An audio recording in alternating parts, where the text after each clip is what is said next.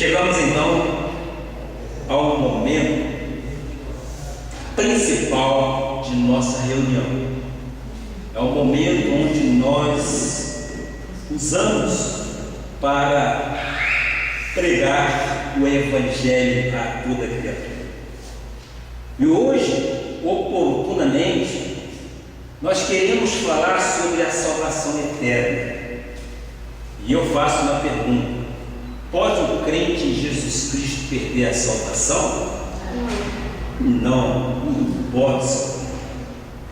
E o texto básico do nosso tema encontra-se em Hebreus 10, versículo 14. Antes, porém, eu quero agradecer a Deus pelas ovelhas que Ele me deu para pastorear, porque as ovelhas são de nosso Senhor Jesus. Eu sou um pastor que tenho cuidado de praticar o ensinamento, principalmente o ensinamento da sã doutrina da graça de Deus.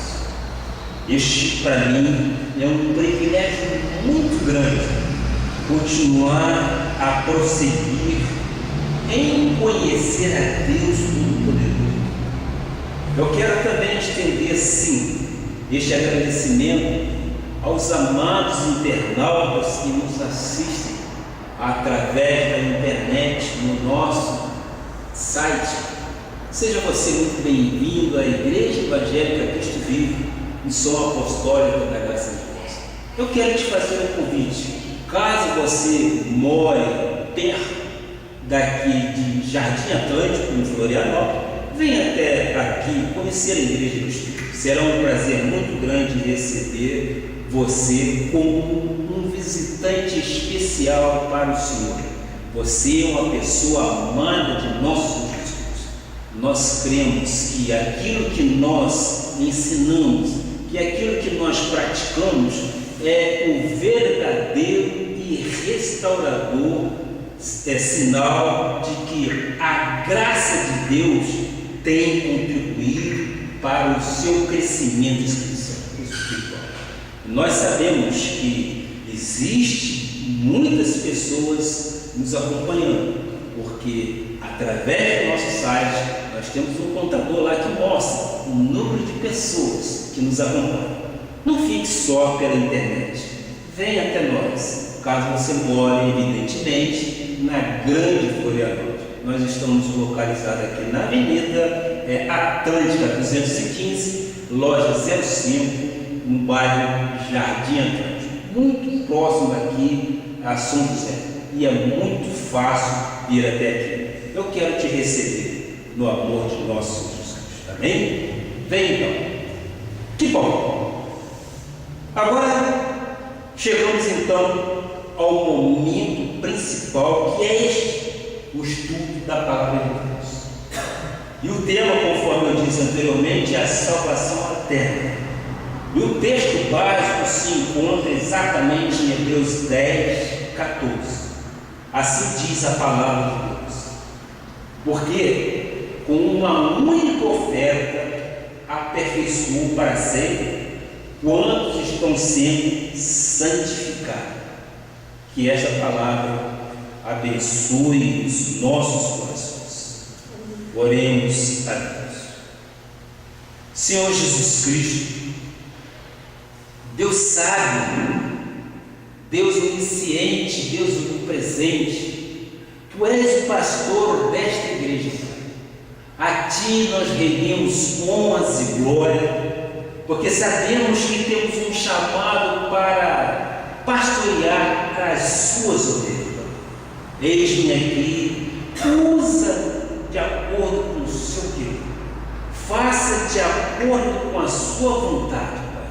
E neste momento eu coloco meus pensamentos e minha mente cativa à Tua obediência, Pai. E te peço, faça fluir através do meu espírito sabedoria vinda diretamente do trono de Deus, para que eu possa, sim, com transparência, trazer entendimento ao Teu povo, de que a salvação eterna já nos foi dada de uma vez por todas desde antes da fundação do mundo. Pai, eu quero te agradecer, porque creio que muitos ouvirão e entenderão da tua palavra. Assim oramos com fé, em nome de Jesus. Amém. Meus amados e prezados irmãos em Cristo Jesus, minha família espiritual, esta é a saudação exata. Podemos saudar assim, que esta é a saudação que o apóstolo Paulo fazia às igrejas. E nosso modelo é um modelo espiritual da graça de Deus. Somos propriedades exclusivas de Deus. Somos povo amado e predestinado para a salvação eterna, desde antes da fundação do mundo. Minha família querida, minha família espiritual. No domingo passado, falei sobre um tema que às vezes causa muita polêmica, principalmente dentro das igrejas tradicionais. Na oportunidade, expus o assunto predestinação e a eleição, que são assuntos sobre os quais a maior parte da Bíblia está fundamentada, está alicerçada e organizada. Hoje eu quero estudar com você a parte que se refere à salvação eterna. Através deste estudo, o crente em Jesus chegará ao conhecimento pleno que a salvação obtida por Cristo não pode ser invalidada por nada, nem por ninguém deste mundo. A salvação é para sempre, a salvação é eterna. Antes, porém, eu quero explicar à igreja o que é a palavra salvação. E no original grego é sotéria, que tem um amplo significado e que quer dizer salvo do inferno, salvação para a vida, salvação para a vida eterna, reconciliação, perdão, filiação, remédio, cura total e transformação. Então, nós podemos observar que a palavra salvação, ela tem um entendimento lato sensu, ou seja, um entendimento amplo, e nós temos que absorver aquilo que nós queremos mostrar à igreja. A salvação, meus amados, não se perde. A salvação foi dada de uma vez por toda, desde antes da fundação do mundo, aos eleitos do Senhor. Então, em hipótese alguma, a salvação se perde. A igreja de Jesus Cristo precisa ter convicção da segurança em relação à sua vida espiritual e à sua vida eterna. Pode perguntar. Não, só queria falar com... Pode? Só falar um negocinho. No momento eu estou pregando, eu só posso falar com o senhor depois da pregação, certo? Pode esperar, se quiser. Como lemos em Hebreus 10:14, o sacrifício de Jesus Cristo não pode ser invalidado por nada, nem por ninguém.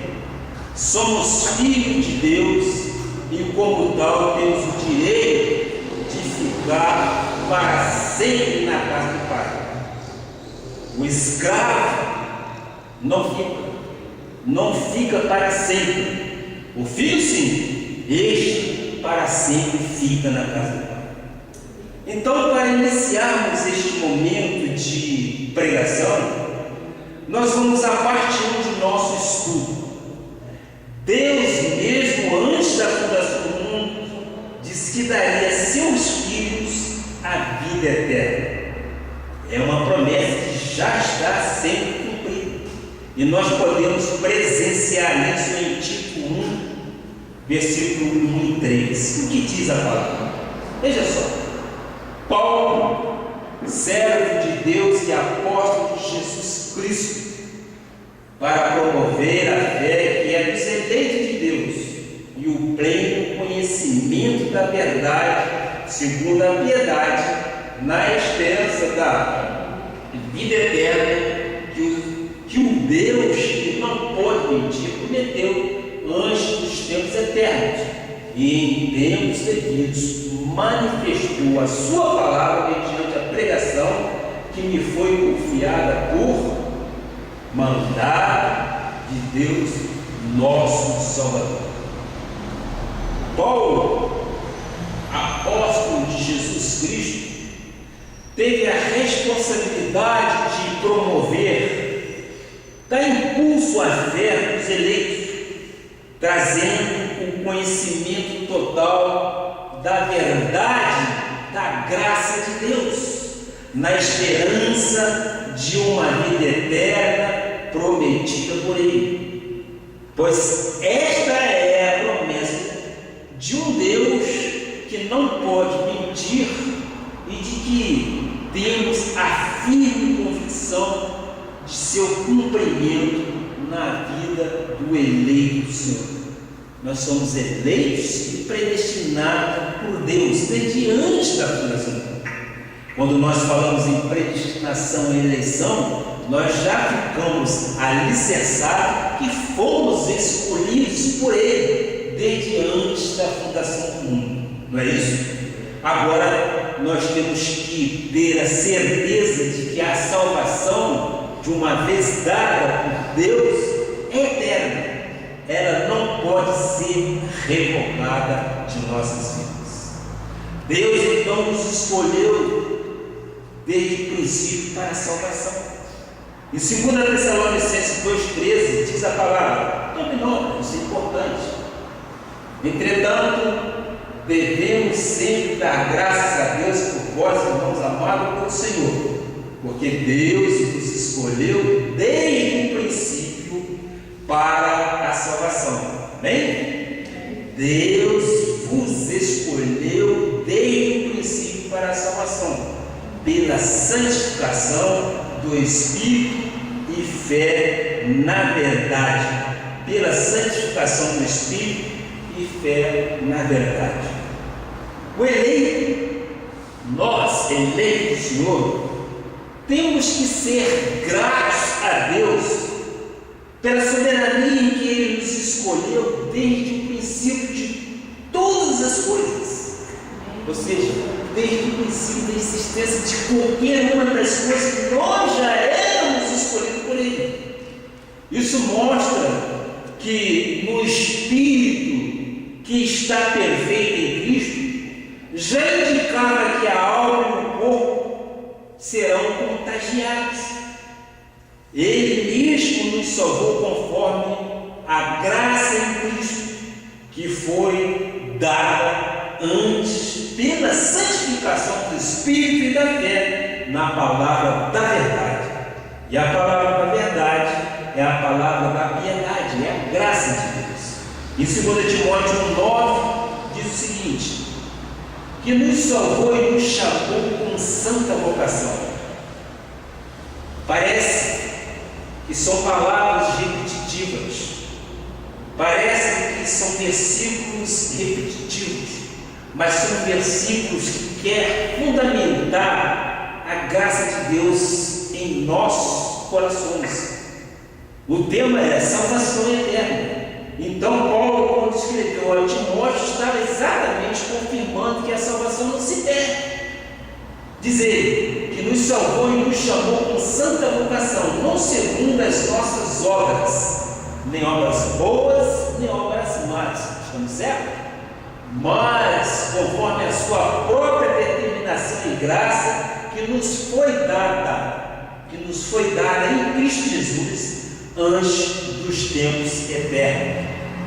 Eu costumo sublinhar para chamar a atenção que são pontos veementes naquilo que nós queremos colocar.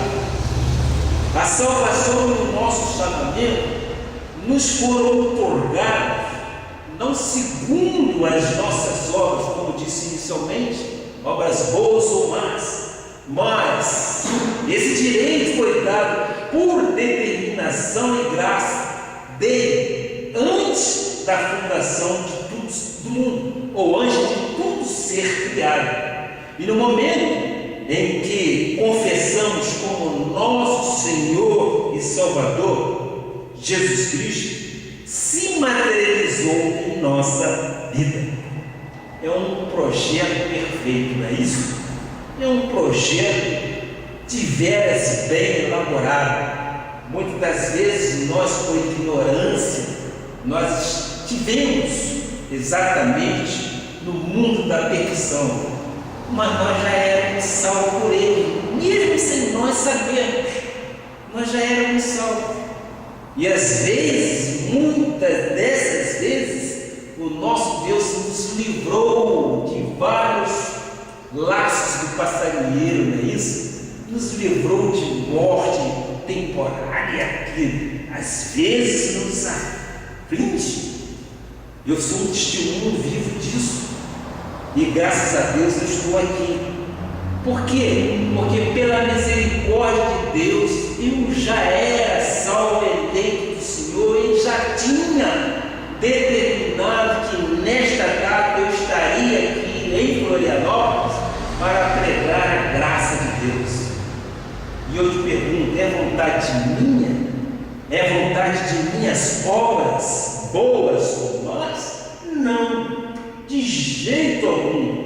Aprove Deus reconhecer que eu seria aqui um instrumento dele para a graça de Deus.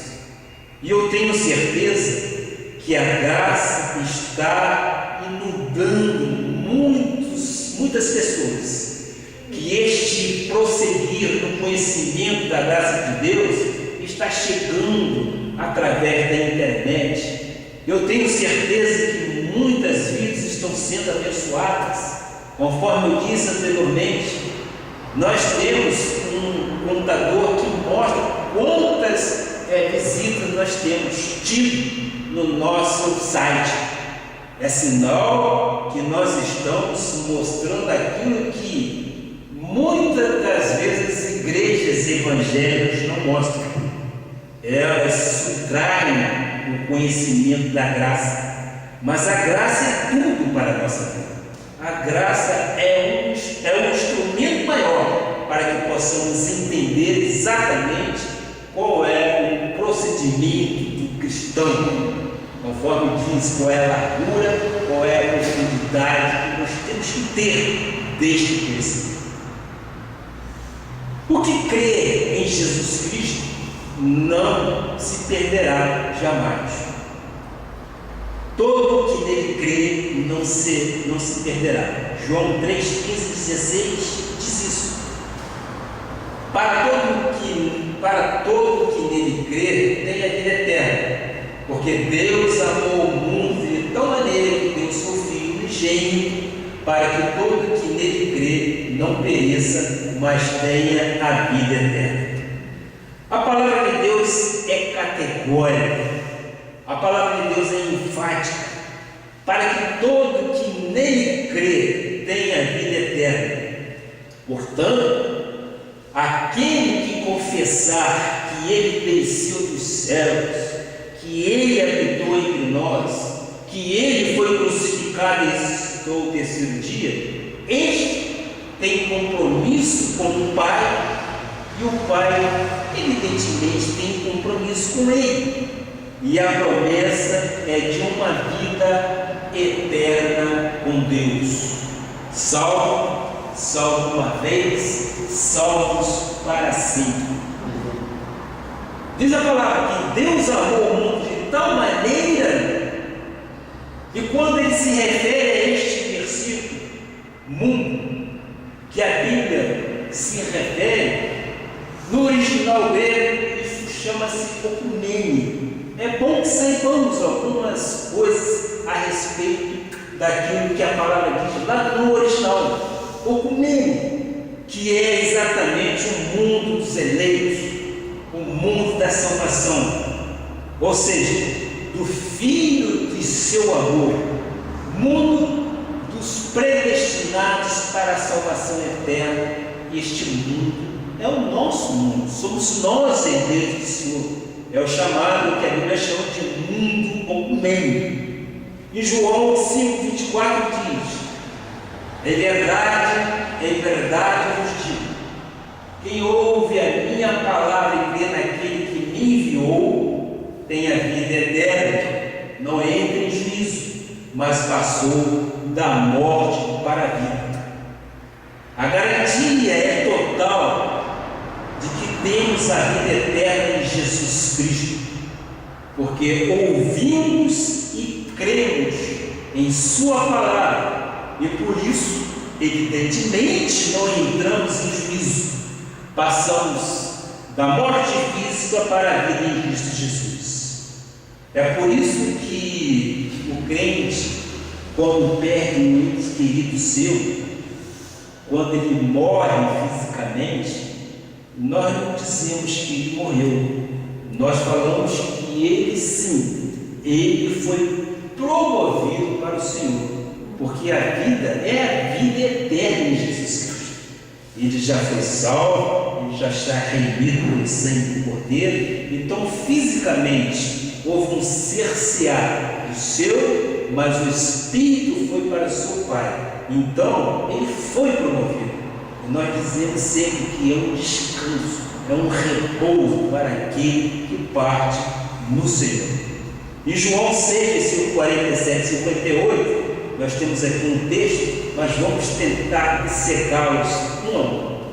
Diz a palavra: em verdade vos digo, quem crê em mim tem a vida eterna. Eu sou o pão da vida. Seguinte, por favor. Eu sou o pão vivo que desceu do céu. Se alguém dele comer, viverá eternamente. E o pão que eu darei pela vida do mundo é a minha carne. Nós podemos ir, inclusive, para o 53, por gentileza. Respondeu-lhe Jesus: em verdade vos digo, se não comerdes a carne do Filho do Homem e não beberdes o seu sangue, não teis vida em vós mesmos. Nós estamos vendo aqui, evidentemente, a crucificação e a ressurreição de nosso Senhor Jesus Cristo. O pão significa exatamente o corpo, e o sangue é o vinho que nós tomamos. Seguinte: quem comer a minha carne e beber o meu sangue permanece em mim, e eu nele. Vamos ao versículo 58 para a gente fechar. Este é o pão que desceu do céu, e nada semelhante àquele que os vossos pais comeram, e contudo morreram. Quem comer este pão viverá eternamente. Neste texto bíblico que acabamos de ler, vimos aqui que é Deus feito carne na manifestação de Filho. Jesus está falando da sua determinação antes da fundação do mundo, como Criador, de predestinar uns para a salvação. Ele, na manifestação de Cordeiro, não poderá perder nenhuma de suas ovelhas. Ele não pode, de hipótese alguma, contradizer aquilo que ele já afirmou: salvo uma vez, salvo para sempre. Ele não é o homem que minta, nem filho do homem, para que se arrependa e não cumpra aquilo que ele prometeu. A salvação é eterna. Vamos ao ponto 2 do nosso estudo. Cristo é o responsável por manter nossa salvação para sempre, já que o homem não é fiel, mas ele permanece fiel. Ele é fiel. E ele diz: o que vem a mim, de modo algum jogarei fora. João 6,37 diz isso. Todo aquele que o Pai me dá, esse virá a mim, e o que vem a mim, de modo nenhum lançarei fora. Ele está confirmando mais uma vez que a salvação é eterna. Ele está comprometido com as suas ovelhas, e de modo que nenhuma delas será descartada. Ele é fiel e nos levará para a eternidade. É só crermos no poder de Deus. A salvação para os eleitos é a salvação eterna, dada uma vez, jamais pode ser revogada. E João 6,39 diz assim: é a vontade de quem me enviou é esta, que nenhum eu perca de todos que me deu. Pelo contrário, eu os ressuscitarei no último dia, diz o Senhor. Ele dá a vida pelas suas ovelhas. Evidente que existem outros que não lhe pertencem. Estes são o quê? São os ímpios, são os filhos do diabo, filhos da perdição, naturalmente feitos para presa e destruição. Eles já foram destinados para isso. Nós sabemos e entendemos muito bem a questão das duas sementes. E nós sabemos que tem semente para a salvação, somos nós os eleitos predestinados, e tem a semente da perdição, que já é destinado por Ele. Então, quando nós entendemos esses dois momentos, nós descansamos no Pai, porque nós somos eleitos desde antes da fundação do mundo, e essa salvação já foi constituída. Às vezes nós nem sabíamos por ignorância, mas no tempo certo de Deus, Ele sim, Ele fez o realizar em nossa vida. E quando nós clamamos, Abba Pai, querido Pai, e reconhecemos que Ele é o nosso Salvador, está completado a herança de Deus em nossas vidas. Então nós temos a firme convicção de que a salvação nós jamais perderemos, senão o próprio Pai estaria caindo em contradição se a salvação dependesse de mim ou de ti. Mas não depende das minhas obras, como disse eu no início, nem boas nem más. Depende exatamente do querer de Deus em nossas vidas. Ponto 3. O pecado não pode afetar a sua salvação, que é eterna. Isso também é um ponto muitíssimo importante. Isso é um ponto importantíssimo, porque tem muitas pessoas que dizem o seguinte: eu vou perder, eu tenho que cuidar da minha salvação, senão eu perco a minha salvação. Isso na tradição acontece, mas o pecado não pode afetar a nossa salvação. Ele prometeu que não apagará o nosso nome do livro da vida. É promessa dele, não é promessa minha, é promessa de nosso Senhor Jesus. Em Apocalipse 3,5 diz: o vencedor será assim vestido de vestiduras brancas, e de modo nenhum apagarei o seu nome do livro da vida. Quer dizer, o nosso nome já está inscrito, e de modo algum ele pode apagar o nosso nome do livro da vida. Ele já fez isso, e ele não é um homem para depois desfazer aquilo que já foi feito. Então, nem o pecado pode afetar a nossa salvação. E ele diz o seguinte: pelo contrário, confessarei o seu nome diante de meu Pai e diante de seus anjos. Esta é a visão que João teve do Cristo glorificado, o vencedor vestido de vestiduras brancas. São os salvos para sempre, de modo algum apagará o nome do livro da vida. Ele não pode retroceder naquilo que ele prometeu. Ele reconhece você vestido de vestiduras brancas. Você já está selado pelo Santo Espírito da promessa. Nós não podemos retroceder para a perdição, de modo. Em Hebreus 10, versículo 39, vejamos o que Paulo diz. Nós, porém, evidente, não somos os que retrocedem para a perdição, somos, entretanto, da fé para a conservação da alma. Olha, meu irmão amado, por mais torpe que seja, a ovelha não se extraviará dos caminhos do Senhor. Nem o pecado pode extraviar a ovelha do caminho do Senhor. O profeta Isaías, em Isaías 35, versículos de 5 a 10, tem aqui algumas recomendações de sombra de bens vindouros que o velho pacto nos mostra. Veja só. Então se abrirão os olhos dos cegos e se desimpedirão os ouvidos dos surdos.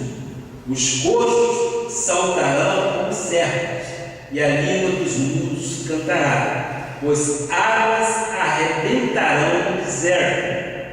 Seguinte, e ribeiros fluíram, a areia esbraseada se transformará em lago, e a terra sedenta em mananciais de águas, onde outrora viviam os chacais. Crescerá a erva com canas e juncos, e ali haverá bom caminho que se chamará o caminho santo. É o caminho que nós trilhamos. O imundo não passará por ele, pois será somente para o seu povo. Quem quer que por ele caminhe, não errará, nem mesmo o lobo. Olha só que palavra mais linda, não é isso?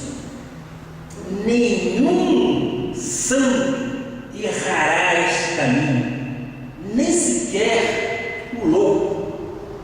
É evidente que o velho pacto há sombras de bens vindouros.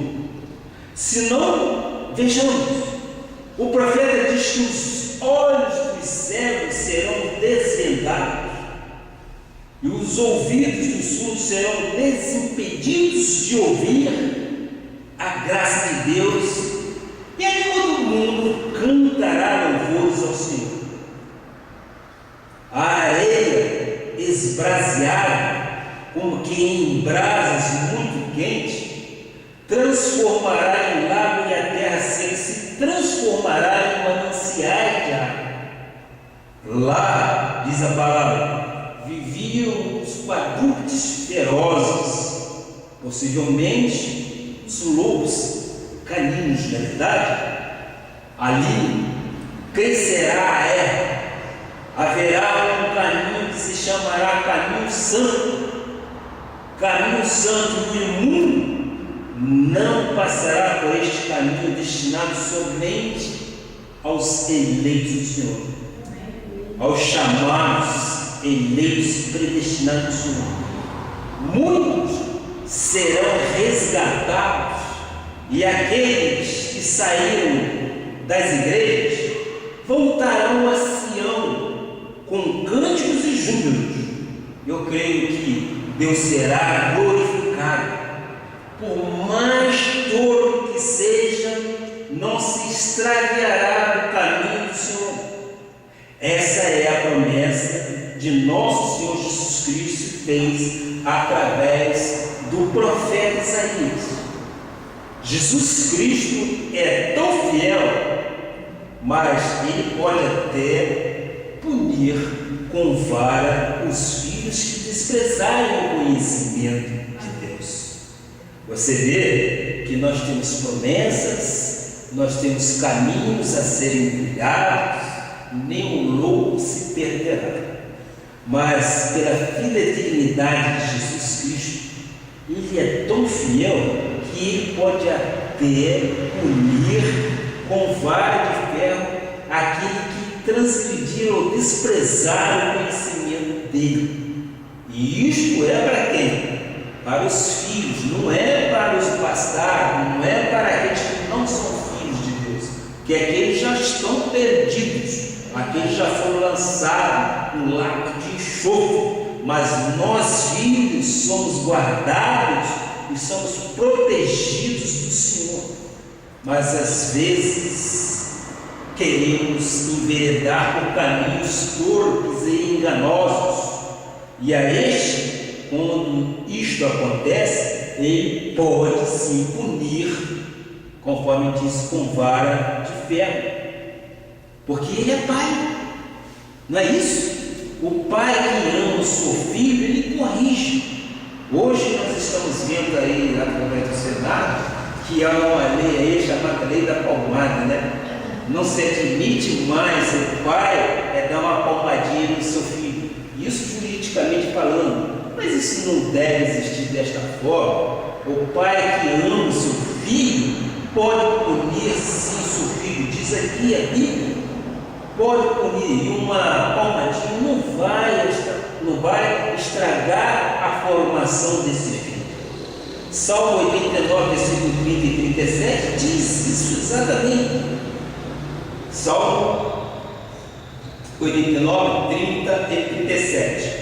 Se os seus filhos desprezarem a minha lei e não andarem nos meus juízos, se violarem os meus preceitos e não guardarem os meus mandamentos, então punirei com vara as suas transgressões e com açoites a sua iniquidade. Deus é bom, Deus é misericordioso, mas Ele também sabe o que fazer quando nós erramos deliberadamente, porque nós entendemos que nós não nascemos para viver no pecado, diz a palavra. Nós somos filhos e somos obedientes.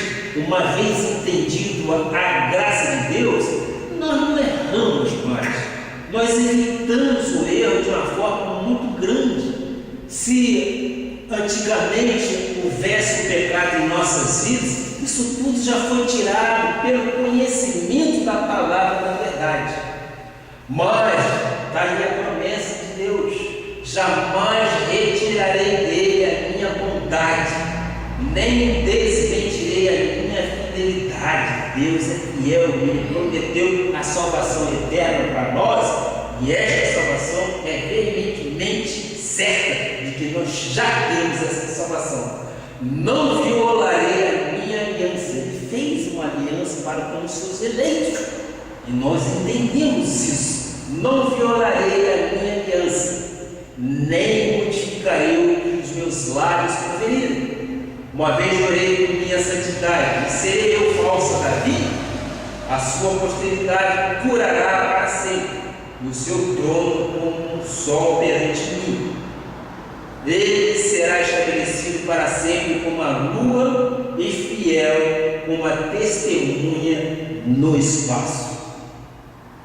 Vimos neste texto bíblico de Davi que a fidelidade de Deus para com o seu povo é eterna. Ainda que você não permaneça fiel aos mandamentos e violarem os preceitos de Deus, Ele, Jesus Cristo, permanece fiel.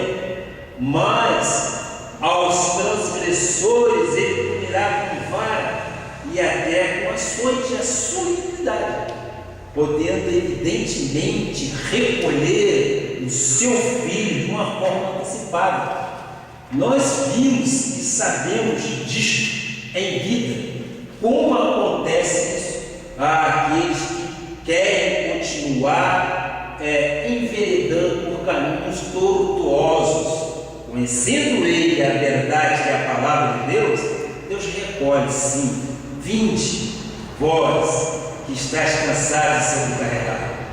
É Ele que dá, é Ele que faz, e é Ele que busca, e é Ele que recolhe, é Ele que retira, para que não haja mais pecado na vida daquele que é o eleito do Senhor. Nós temos que reconhecer isso. Deus é bom, Deus é fiel, Deus é poderoso, Deus nos quer muitíssimo bem, mas nós conhecemos a realidade bíblica bíblica, o que Ele deixou para nós, quais são os caminhos a trilhar. E esses caminhos nós não podemos mudar. Nós temos exatamente que obedecer ao Pai para que conquistemos a vida eterna de uma forma tranquila, de uma forma, digamos assim, no passar dos tempos, que nós nos envelhecemos com a cabeça perfeita, entendeu? Para que possamos reinar evidentemente em vida. E quando partimos para o Pai, que seja um descanso eterno, não por açoite, porque nós não somos de que nascemos para pecar. Em Romanos 6,14 diz: porque o pecado não terá domínio sobre vós, pois não estáis debaixo da lei, e sim da graça. Olha que maravilha!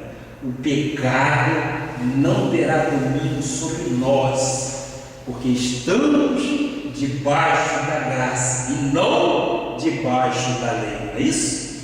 É um conhecimento amplo, é um conhecimento que eu chamo de lapsus sensu. Amplo. Nós conhecemos a plenitude de Deus em nossas vidas.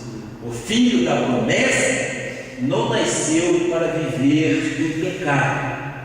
O pecado já está fora do nosso viver cotidiano, porque aquele que é nascido de Deus o guarda e o maligno não pode tocar. Na verdade, nós somos guardados por Deus, nós somos protegidos por Ele, e a arma forjada não pode prevalecer, porque Ele tem cuidado de nós. Vamos então ao ponto 4 do nosso estudo. Agora eu quero mostrar à igreja versículos que, mal utilizados pela religião tradicional, trazem dificuldade ao entendimento da graça de Deus. Então eu vou mostrar alguns versículos que muitas das vezes nós, quando estamos conversando com alguém, principalmente aquele que é da igreja tradicional, pode até nos questionar, mas nós temos que ter respostas em graça para aqueles que nos questionam. Mas não é bem assim. Eles dizem isso, não é bem assim. Eu digo, é assim sim. É assim que Deus se mostrou e é assim que Deus quer. Então, eu vou mostrar versículos que podem suscitar dúvidas. Filipenses, toma nota disso, é importante. Filipenses 2, versículo 12 e 13. O que diz?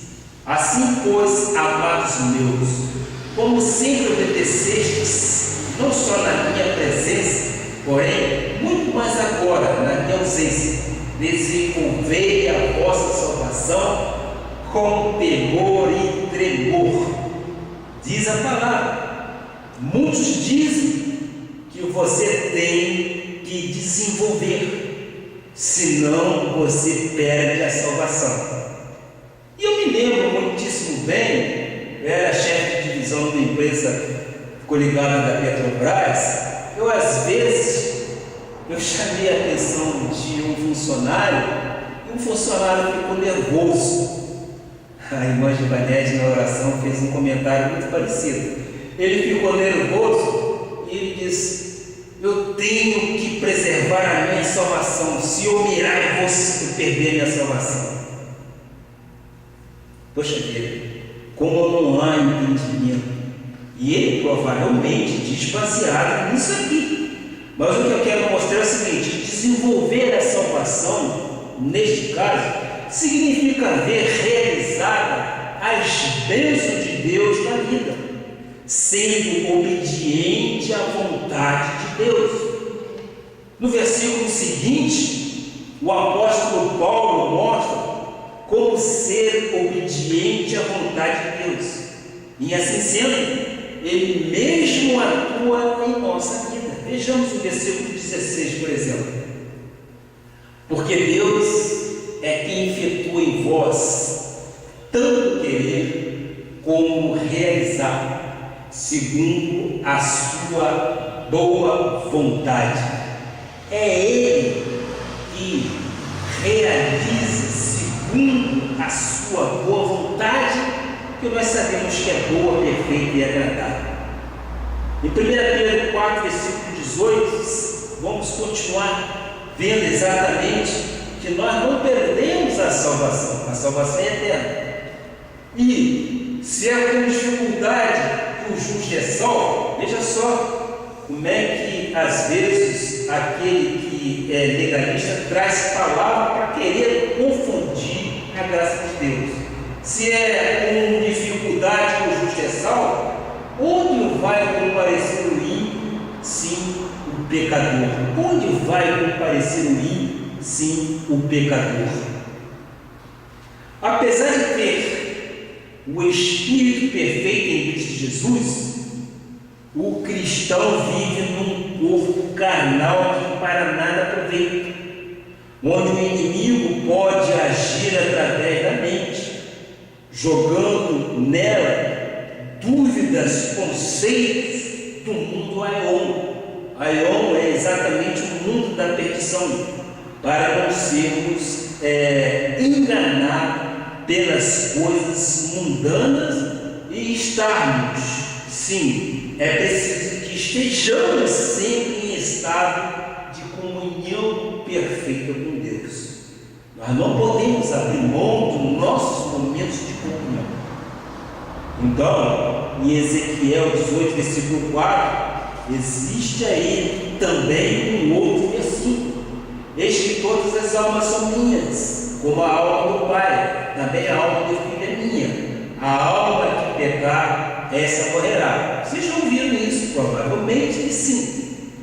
Esta é uma afirmação do velho pacto, do Velho Testamento.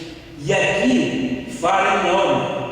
O espírito é imortal, mas a alma que recebeu as consequências do pecado estava morta, até que Jesus Cristo encravou o pecado na cruz e anulou toda a dúvida.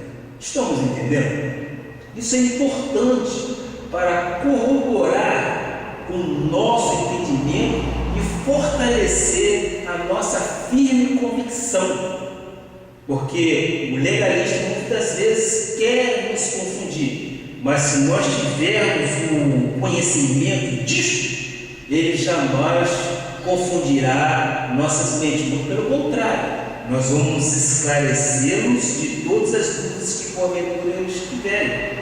Em Hebreus 2,13 diz: como escaparemos nós se negligenciarmos tão grande salvação? Pelo que literariamente diz o versículo, nós podíamos perder a salvação, não é isso? A salvação aqui expressa se refere a serviço dos espíritos ministradores, ou seja, anjos, conforme o versículo em Hebreus 1,14 diz. Hebreus 1,14: não são todos eles espíritos ministradores enviados para serviço a favor do que hão de herdar a salvação? Sim, devemos estar cientes de que o ministério angelical pode fazer pelos filhos de Deus. E eu aqui quero, evidentemente, recomendar que leiam o livro Ministério dos Anjos e Ministério Angelical. Só quem já teve experiência desta forma é que tem realmente asseverado por Deus de que a salvação se perde. Quando você vê uma água apontada para você e você clama ao ministério angelical: Pai, livra-me desta situação, a situação muda completamente, você crê no poder de Deus. Você crê exatamente que você é um eleito de Deus e você sabe dos propósitos que Deus tem para com a sua vida. Isto é exatamente o que? É a certeza de que temos crido num Deus que nos salvou eternamente. Eu tenho esta experiência. Em Hebreus 6, 4 e 6, diz o seguinte: é impossível, pois, que aqueles que uma vez foram iluminados e provaram o dom celestial e se transformaram em participantes do Espírito Santo e provaram a boa palavra de por Deus, os poderes do mundo vindouro e caíram sim. É impossível outra vez renová-los para o arrependimento, visto que, de novo, estão crucificados para si mesmo o Filho de Deus, expondo à ignomínia. A morte de Jesus Cristo na cruz foi pelos pecados do passado, do presente e do futuro. Eu digo de uma vez por todas, uma vez que um cristão foi regenerado para sempre, naturalmente é impossível outra vez renová-lo, pois ele foi renovado para sempre. Nunca perde aquele, vamos dizer, status dado por Deus quanto à conversão. Nunca perde, porque, mais uma vez, aquele que foi salvo para sempre. Em Hebreus 10, 26 e 27 diz: porque se vivermos deliberadamente em pecado, depois de termos recebido pleno conhecimento da verdade, entre aspas, da graça de Deus, já não resta sacrifício pelos pecados. Pelo contrário, certa expectação horrível de juízo e fogo vingador, prestes a consumir o quê? A consumir os adversários. Sim, já não existe sacrifício, pois já recebemos o pleno, total conhecimento da graça de Deus. E na lei de Moisés é que cada pecado era necessário sacrifício por meio de quê? Do sacerdote. Mas o nosso sumo sacerdote, por meio do seu próprio corpo, se fez o quê? Cordeiro por nossas vidas, cordeiro pelos nossos pecados. Este sacrifício não mais precisa ser repetido, por tudo está consumado. Tudo já foi consumado na cruz do Calvário, não é isso? Nós temos certeza que tudo já foi consumado é, Senhor. Tudo já aconteceu. Nós não temos que repetir